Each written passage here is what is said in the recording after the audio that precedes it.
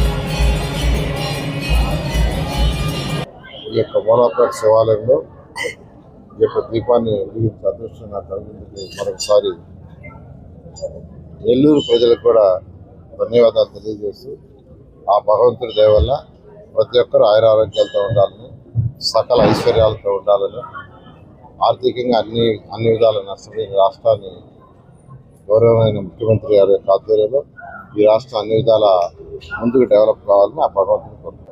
మంత్రి గారి నారాయణ గారి సారథ్యంలోనే శివాలయంలో కోనేరు కానివ్వండి, మూలాపేట పరిసరాలు కానివ్వండి, రోడ్లు కానీ వేయించడం జరిగింది.